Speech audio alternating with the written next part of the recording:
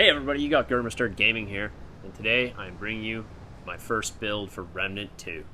This is the Time Commander build, and it's called the Time Commander build because you're not only going to control time, you're also going to control a bit of an army. So it's a summoner build mixed with Archon, and I've varied a few things, and the thing I really like about this build is it has tons of workability.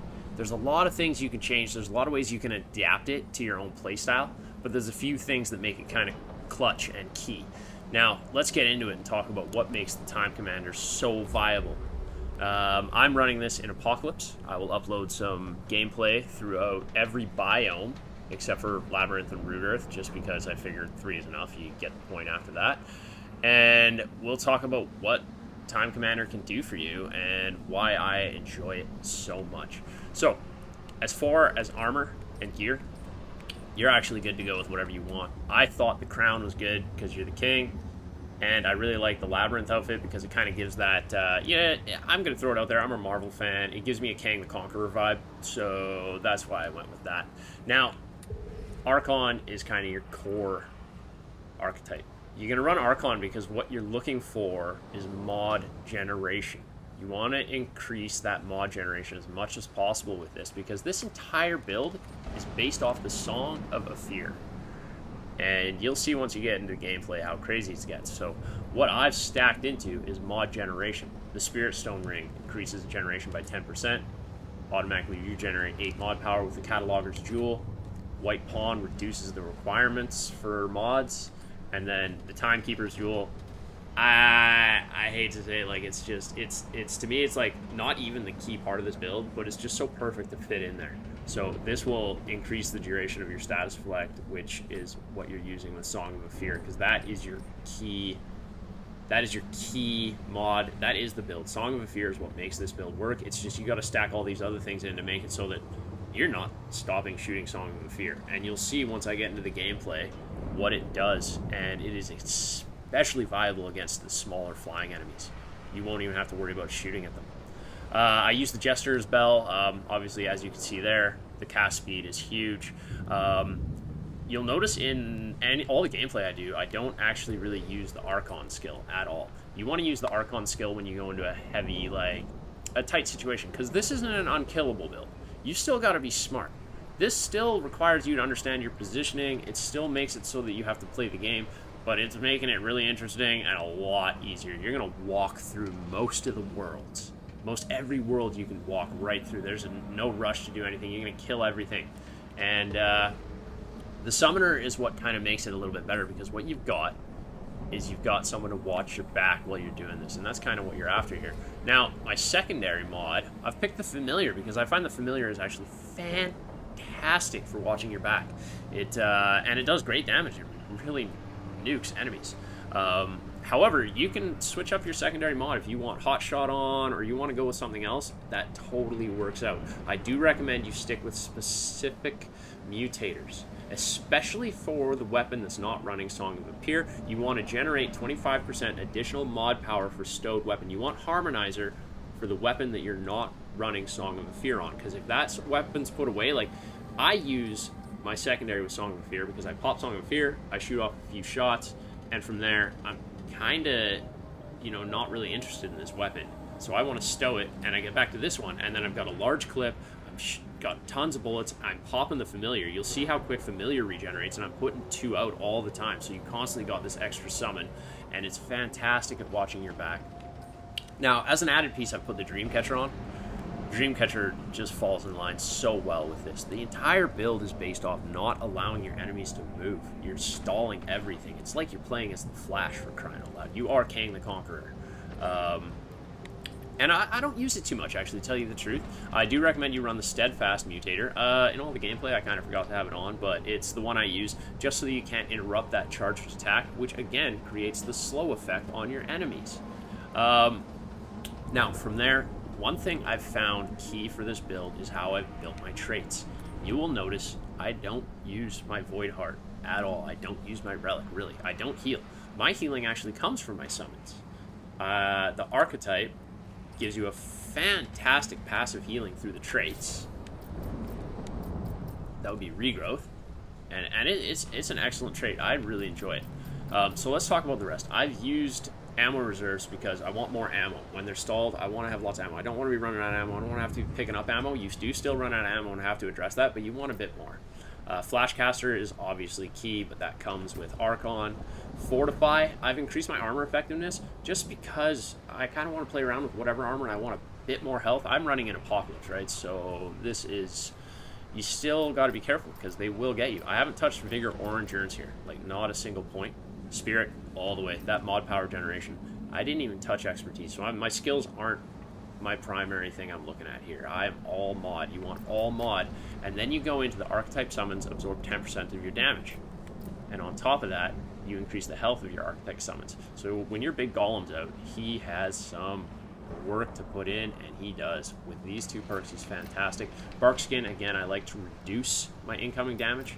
And Amplitude is so essential for that AoE.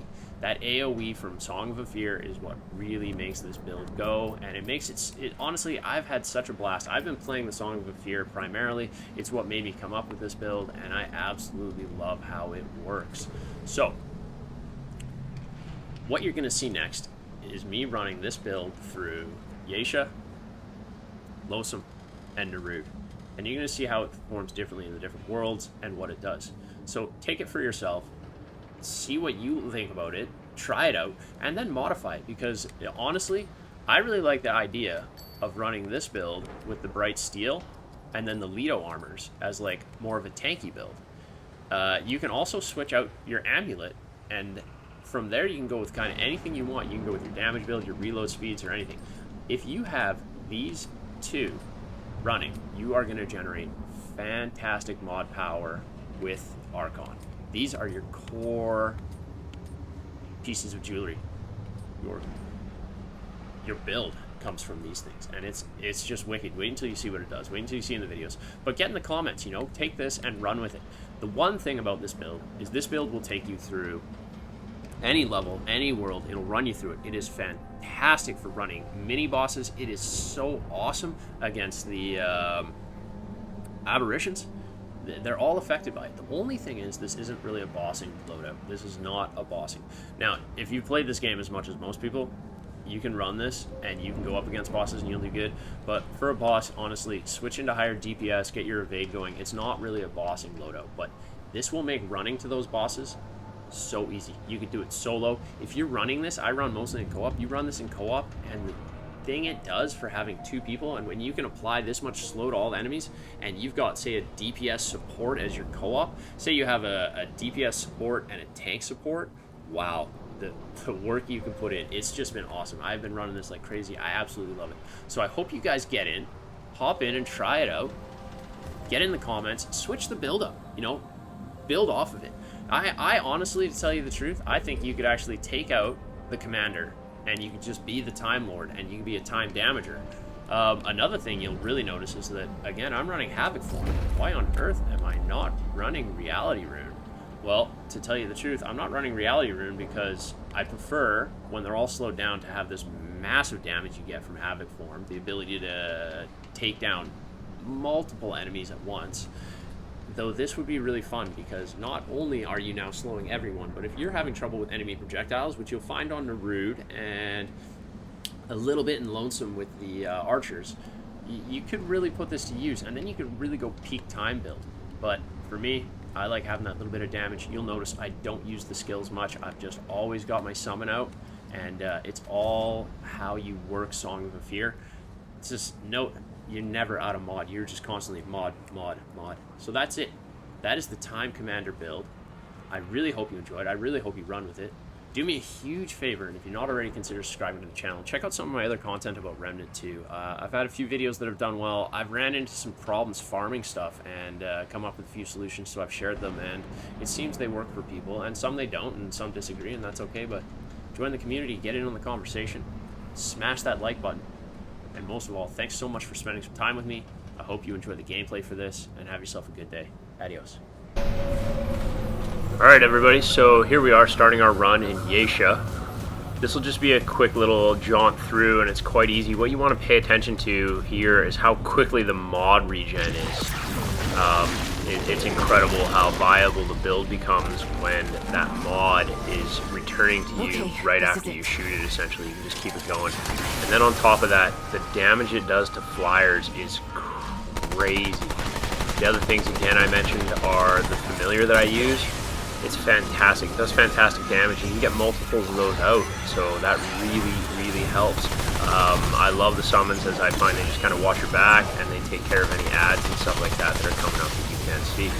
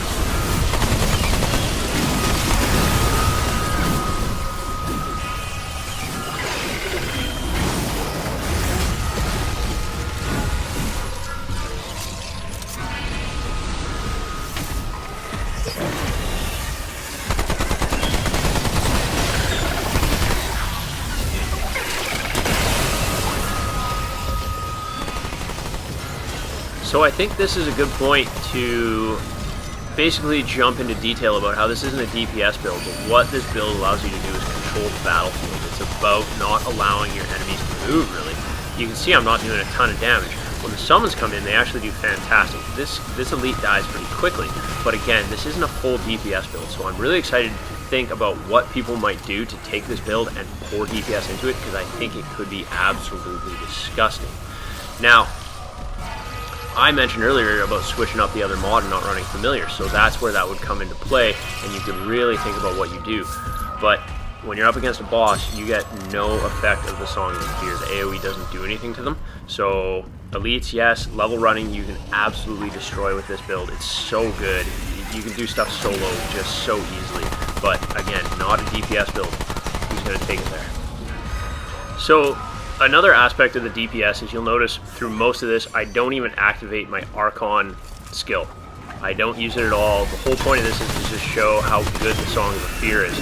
Now, if you were to switch up and play properly and use that other skill, then you are pushing even more DPS into this. And this is why, as I said, I'm excited to see what people do with it, because this video isn't using all the aspects of the character, which you really need to do, but it's showing that in Apocalypse, without even using those extremely high-powered skills, some of the best things you can use in the game, you're still able to just kind of cruise through things without a single problem.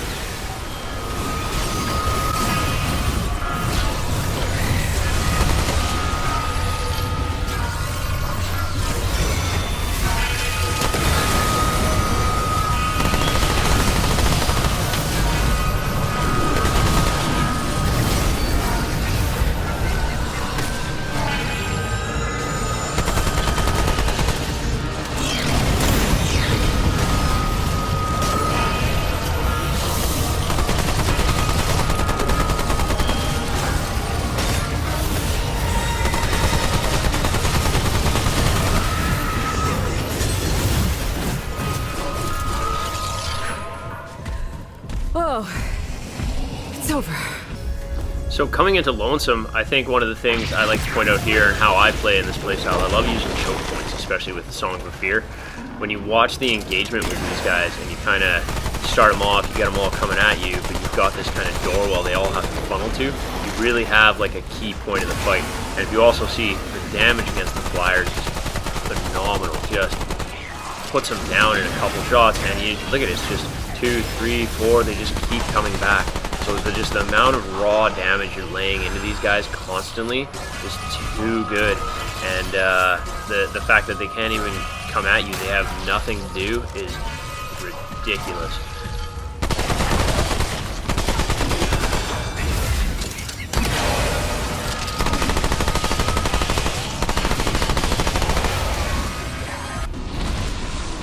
So an important part of this build I want to point out here is how healing works. You'll notice through this entire run, I don't use relic hearts. I think I used 1 relic heart in this entire video, and I don't even know if I cut that part out. But healing comes from the summons and from the residual healing you get off of the trait from being a summoner.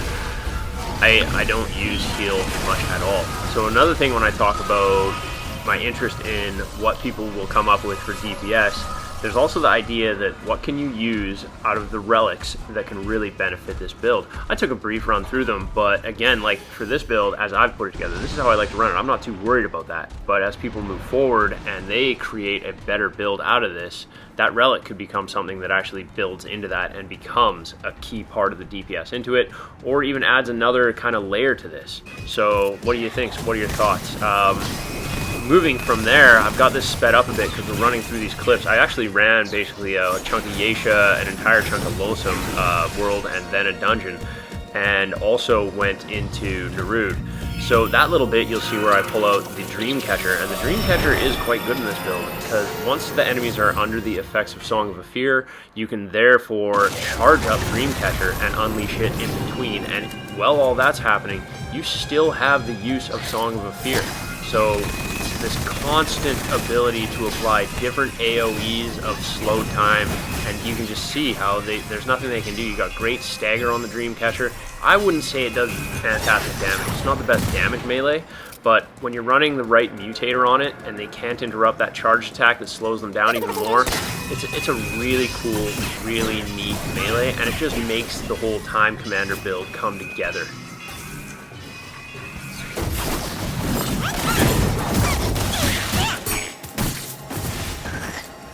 So here you can see I do use the relic just to bring myself back up, and you have it, right? It's one of your tools, and in order to maximize in this game, you use those tools. Another good thing I want to point out is, do you see what that Song of Fear just did to those 2 Fae as they came off their perches? Gone. It deletes flying enemies. It's so good against them. And pretty much every biome has significant flying enemies. I can't say enough good things about it. We'll get into the Song of Fear and where you get that from more in just a little bit as we hit Nerud, because being the key to this build, you should probably know where to get it and what to do to get the Song of Fear. It's simple, but we'll talk about that in a minute. We'll just finish up this quick little bit as I take this elite out here without a single problem, and from there hop into Nerud and finish this video up.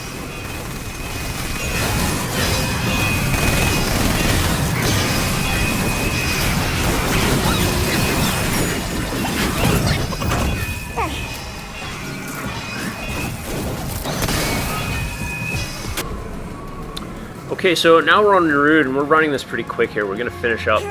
The 2 things I want to chat about before we're done here is essentially the skills for the Archon.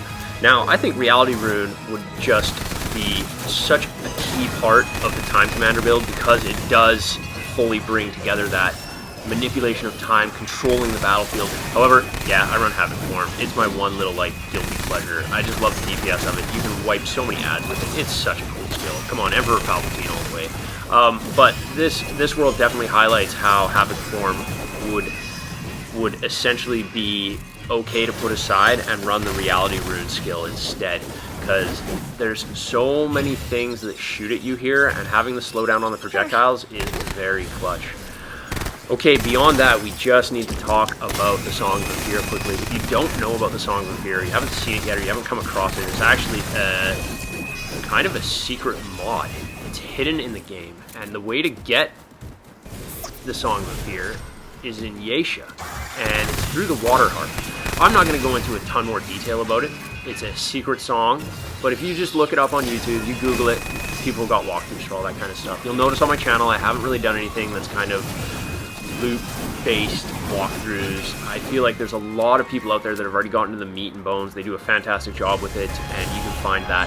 But the Song of Fear makes this build. It's gotten on Yasha. You gotta play a special song on the Water Harp, but you don't just get it from playing that song. After you play that song, you need to go speak with the flautist, and he's always just up around the corner from the Water Harp, and he will give you a piece of parchment that you take to Ward 13 and exchange for, in my opinion, the potentially most powerful mod in the game.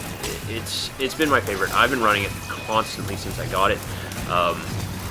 I can't say enough good things, and it's what led me to kind of make the Time Commander build.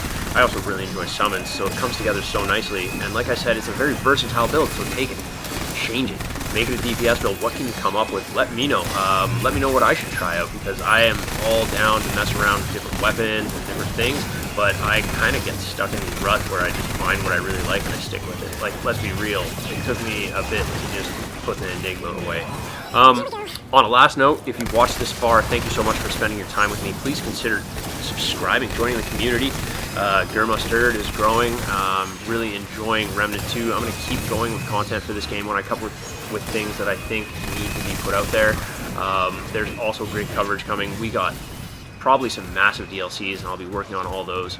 So yeah, join the community, stick around for all the stuff Remnant 2 and everything else coming out as a AAA and not AAA title that I'll be getting into. Do me a huge favor and smash that like button. It's very helpful to us little guys, and it's great to see that the content helps people out. And get in those comments, tell me what you think, tell me what you've done. Thank you so much. Adios.